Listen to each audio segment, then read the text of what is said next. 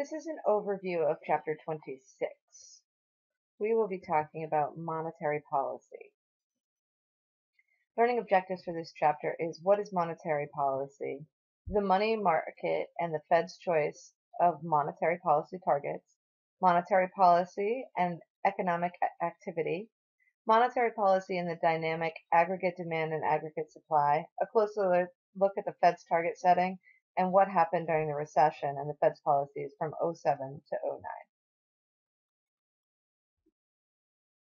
Monetary policy, Toll Brothers, and the housing market. So in your book, you have an overview. Because higher interest rates increase the cost of buying houses, firms that build homes usually don't do well in recessions. While spending on residential construction actually rose by 5% when the Fed took action to drive down the interest rates during 2001 recession, cutting the interest rates was not enough for the Fed to revive the housing market or the general economy after the housing bubble burst in 2006.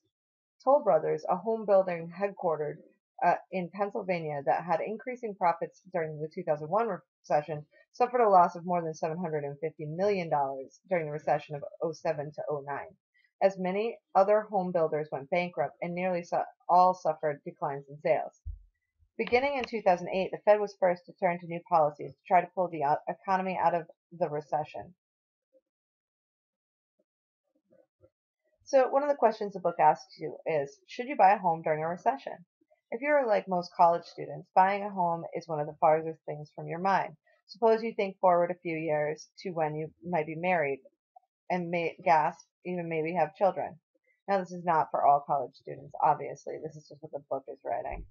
See if you can answer the questions by the end of the chapter. Leaving behind years of renting apartments, you are considering buying a home when you read the Wall Street Journal article that the majority of economists are predicting a recession is likely to be soon. What do? Would this be a good or bad time to buy a house? Well, we have to take a further look into monetary policy. So we are going to define monetary policy and describe the way the Federal Reserve, also known as the Fed, has monetary policy goals. Okay. Monetary policy is the actions the Federal Reserve takes to manage money supply and interest rates to pursue our macroeconomic policy goals. Now, the Fed has 4 monetary policy goals that are intended to promote a well-functioning economy. Number 1, price stability. Number 2, high employment. Number 3, stability of financial markets and institutions. And number 4, economic growth. Some may argue that not all of these should be goals of the Federal Reserve, but these are the 4 goals. So now we're going to talk a little bit about price stability. So as you can see, this is the inflation rate. In the early 80s, 79 to 80, it was almost 14% inflation. Inflation is the year-to-year increase, so things cost more when you buy it. And we actually had deflation in 2009. It actually went below. It was a negative number, annual inflation rate, which means deflation, or a falling price level. So let's talk about the goal of high employment. The goal of high employment extends beyond the Fed to other branches of the federal government. Price stability and high employment are both sometimes said to be goals that the Fed has a dual mandate to attain and are explicitly mentioned in the Employment Act of 1946 that Congress passed at the end of World War II. Now, when we're talking about stability of the financial markets and institutions, the Fed promotes the stability of the financial markets and institutions so that an efficient flow of funds from savers to borrowers will occur. If the Fed isn't necessarily promoting if the financial markets aren't stable and the flow of money is cut off, we understand from previous chapters how the flow of money happens. Basically, there'll be a lot of people cut off. And if people can't borrow, then businesses can't hire, they can't expand, they can't do this. And so to ease the liquidity problem, which is talking about the cash flow problem, facing investment banks unable to obtain short-term loans in 2008, the Fed temporarily allowed them to receive discounted loans. So prior to 2008, the Fed only loaned to commercial banks.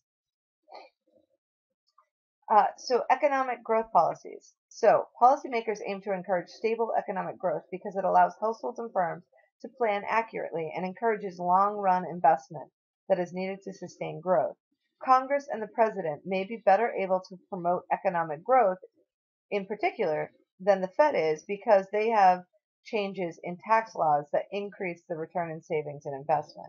So the Fed doesn't have as much control in economic growth, but they do have some control. So let's describe the Federal Reserve's monetary policy targets and explain how expansionary and contractionary monetary policies affect interest rates. The Federal Reserve tries to keep the unemployment and inflation rates low, but it can affect either of these economic variables directly. Instead, it uses monetary policy targets, which are variables that it can affect directly and that in turn affect variables such as real GDP, employment, and the price level, which are closely related to the policy goals. The two main monetary policy targets that are are the money supply and the interest rate. So the Fed can control the money supply and the interest rate, which in turn affects real GDP, employment, and price level. During normal times, the Fed typically uses interest rates as its policy target. At 4%, so the money demand curve slopes downward because the lower the interest rate, it causes households and firms to switch from financial assets such as treasury bills to money.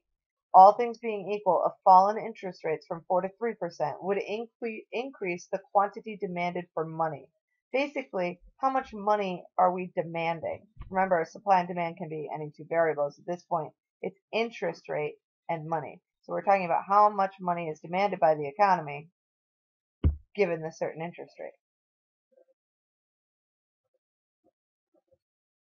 Changes in real GDP or price level cause money demands to shift to the right or left. This won't be on the exam, but I just want you to understand that changes in real GDP will cause the demand for money to shift right or left.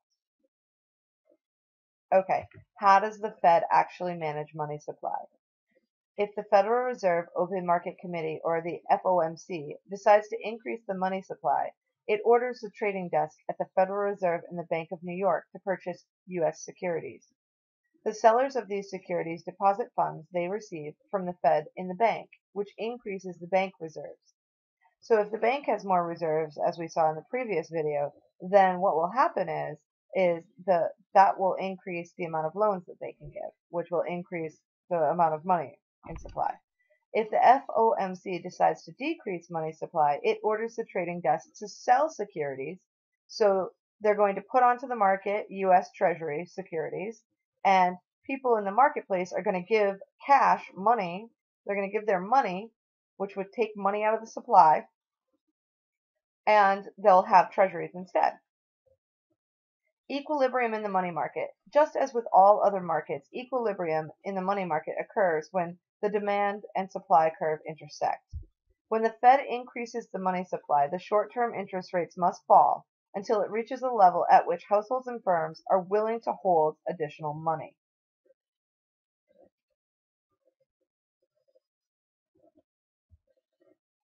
We're going to skip this. So the loanable funds model is concerned with the long-term interest rates. We're actually not going to talk about the loanable funds model. I do want you to know what the federal funds rate is. So the federal funds rate is the interest rate banks for each other, charge to each other for overnight loans. The Fed can set the target for the federal funds rate, which is determined by the supply of reserves relative to demand. Change in federal funds rate have greater and quicker effects on short-term interest rates than they do long-term.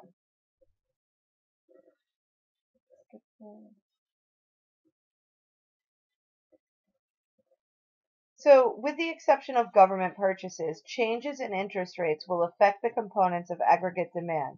So, a change in interest rate. The lower the interest rate, the lower the cost of durable goods and reduce the return to savings, leading households to save less and spend more. Lower interest rates leads to more consumption. Higher interest rates raises the cost of consumer durables and increases the return to savings. Therefore, they encourage you to spend less. Investment. Higher interest rates make it more expensive for firms to hold and households to borrow, therefore decreasing investment. The lower the interest rate, there is an increase in demand for stock, and it makes it less expensive for households and firms to borrow, thereby increasing their investment. Also, net exports. Now, if interest rates in the United States rise relative to interest rates in the other countries, the value of the dollar will rise, and exports will fall. So remember, if the dollar value increases, that means we'll import more and export less. If interest rates in the United States decline, which is what has happened, relative to interest rates in other countries, the value of the dollar will fall. This drives down the value of the dollar, and net exports will rise. People from other countries, their money is worth more over here, so they'll buy stuff from the United States, and that means exports will rise. The Fed can use monetary policy to affect price level. In the short term, the level of real GDP, allowing it to attain policy goals of high employment and price stability.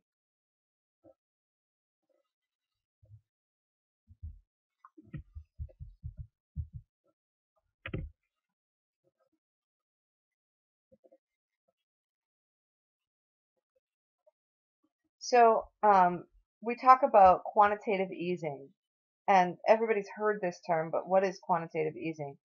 Um, because the Federal Reserve rates cannot be negative, the Fed embarked on a policy of quantitative easing by purchasing securities, including the mortgage-backed securities that we talked about were potentially the start of the cause of, some of this collapse. Beyond the short term, Treasury securities are usually involved in open market operations, the buying and selling of treasuries. The economic recovery remained weak for following two rounds of quantitative easing in November 2008 and June 2011. So in September 2011, the Fed announced a new program in which some people in the financial markets called Operation Twist, under which it would purchase 400 billion in long-term securities while it would sell an equal amount of shorter-term securities. Both quantitative easing and operational twist had the same objective, to reduce interest rates on long-term treasuries, which typically move closely with those on home and mortgage rates, in order to increase aggregate demand. There is a good question. Can the Fed eliminate recession? A lag or delay can occur before the Fed recognizes that a recession has begun, because it takes months for economic statistics to be gathered by the Commerce Department, Census Bureau, Bureau of Labor Statistics, and the Fed itself. By the time the Federal Open Market Committee, or FOMC, analyzes the data and concludes that the economy is in a recession, it may begin an expansionary policy when it is not needed if the recession has already ended and expansion has already begun. In this case, the increase in aggregate demand caused by the Fed lowering the interest rate is likely to push the economy beyond potential real GDP, causing a significant acceleration in inflation. This is the concern with quantitative easing. In sum, the Fed has inadvertently engaged in procyclical policy, which increases the severity of business cycles, as opposed to countercyclical policy, which is meant to reduce the severity and is what the Fed is intended to be used. Making the mistake is less likely in a long and severe recession, such as that of 2007 through 2009.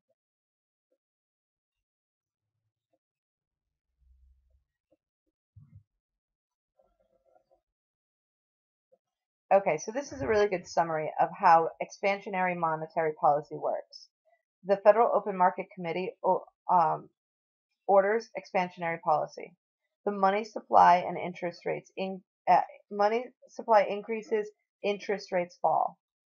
Investment, consumption, and net exports increase. See how government purchases is not here?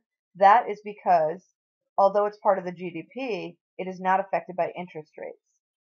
Aggregate demand would shift to the right in an expansionary policy, and real GDP and price levels would rise. Now, if you fear inflation and you want to order a contractionary policy, the Federal Open Market Committee orders a contractionary policy. The money supply decreases and interest rates rise. Investment, consumption, and exports all decrease. The aggregate demand shifts left or inward, and real GDP and price levels fall. This is because you feared inflation. This is because you feared a recession.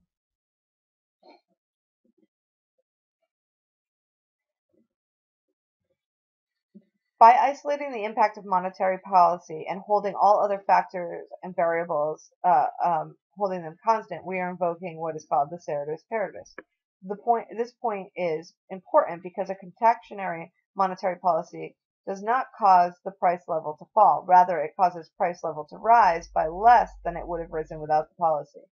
Expansionary monetary policy is sometimes referred to as loose policy or easy policy.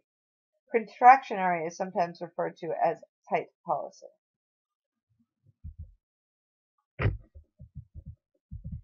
We're not going to cover the effects of monetary policy.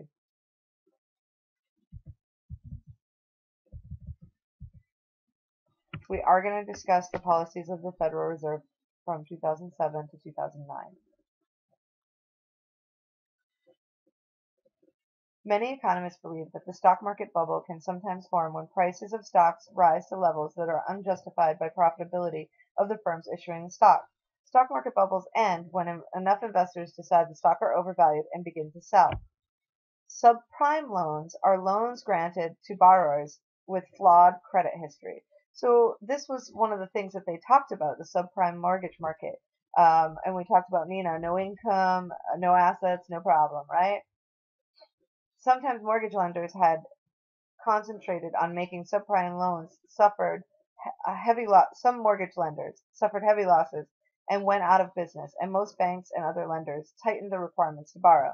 This credit crunch made it more difficult for potential home buyers to obtain mortgages, further depressing the housing market. So this is new home sales in the thousands, going up to 2006, and the significant decline into 2009, and then a little bit back down into 2011. So sales of new homes were on a roller coaster ride, rising by 60% between 2000 to 2005, before falling by 80% between July 2005 and 2010. Changing mortgage market. Many members of Congress believed that home ownership could be increased by creating a secondary market in mortgages where banks and savings loans could resell mortgages so that investors could provide funds for them to grant more mortgages. One barrier to creating this secondary market was that most investors were unwilling to buy mortgages because they were afraid of losing money if the borrower stopped making payments or quote unquote defaulted on the loan. To reassure investors, Congress used two government-sponsored entities, the Federal National Mortgage Association, or Fannie Mae, and the Federal Home Loan Mortgage Corporation, Freddie Mac. By the 1990s, a large secondary market existed in mortgages, with the funds flowing from investors through Fannie Mae and Freddie Mac to banks and ultimately to individual borrowers and families to buy houses. So then by 2000s, investment banks expanded their traditional advisory roles and began buying mortgages and bundling large numbers of mortgages together as bonds, also known as mortgage-backed securities, and reselling these bonds to investors. The video that you watched talked about this, the overdose, the next financial crisis. It talked about the whole mortgage-backed security and AIG and how this all kind of intermingles together. By the height of the housing bubble in 2005 and early 2006, lenders had greatly loosened the standards for obtaining a mortgage, issuing many mortgages requiring very small down payments to subprime borrowers and Alt-A borrowers who stated but did not document their incomes. Again, I could say I make $1 million and I stated that. Now I have to sign something, but if I didn't make $1 million, no one checked it. And it used to be that you had to provide all the documentation, your W-2s, your tax returns, and it used to be 20% down. They moved away from that, and then they've moved back towards that. New home buyers can potentially get away with not putting 20% down, but they're very stringent on checking your income and making sure it's documented because of the whole housing bubble and the fall of some investment banks. By mid 2007, the decline in the value of the mortgage-backed securities, because what happened is we loaned money to people who couldn't afford to pay the mortgages because we didn't even check if they could pay the mortgages. And then they stopped paying because they had no skin in the game. They just walked away. And by 2007, the value of these quote unquote mortgage-backed securities, which basically were valued on the homeowner paying, declined significantly. Investment banks began to cause turmoil in our financial system. Many investors refused to buy mortgage-backed securities, and some would buy only bonds issued by the U.S. Treasury.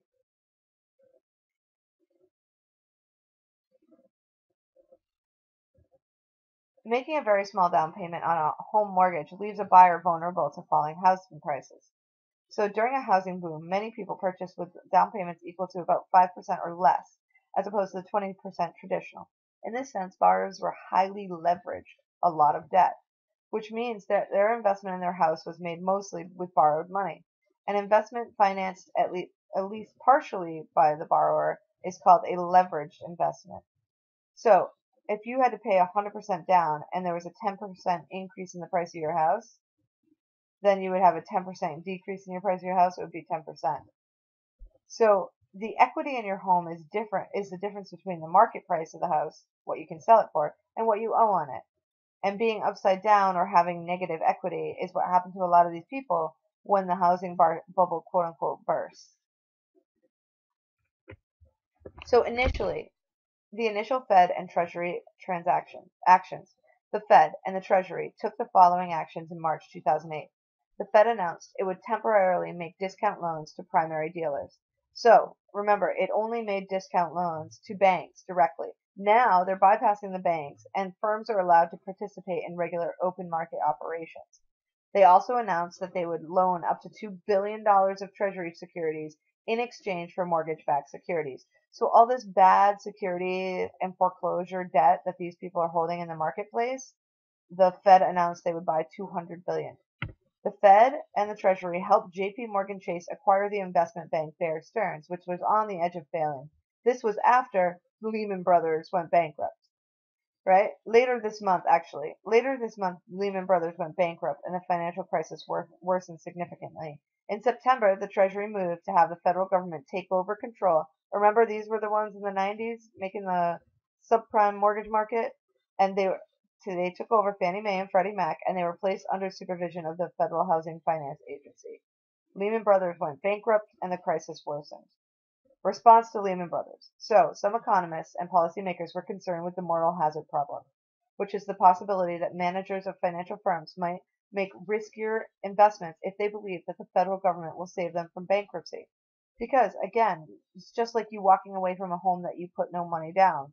Sure, you don't want the bad mark on your credit, but if you're upside down and you lost none of your money, or 5% compared to 20%, you're more likely to walk away. The moral hazard problem.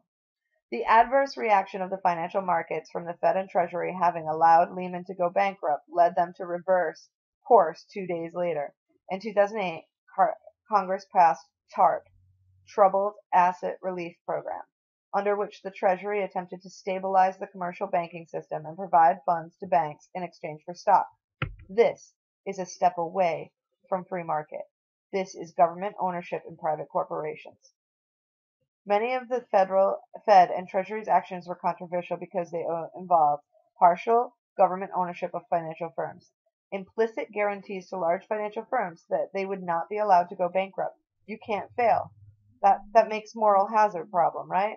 Unprecedented intervention. So this is unprecedented for the Federal Reserve and the government to take such action in our financial market. These approaches were intended to achieve traditional macroeconomic policy goals of high employment, price stability, and stability of the financial markets. So should you buy a house during a recession? At the beginning of this book, we asked whether this was a good idea, at the beginning of this chapter.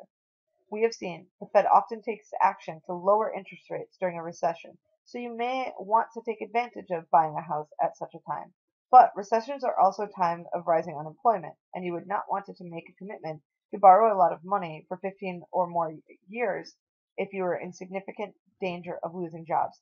Plenty of people bought stocks in 2008 to 2010 or houses, and they got really good deals. but it's only a good deal if you actually have a secure job, if you can afford it, if you have savings, if you have a backup. So we conclude that if your job seems secure, buying a house during a recession may be a good idea.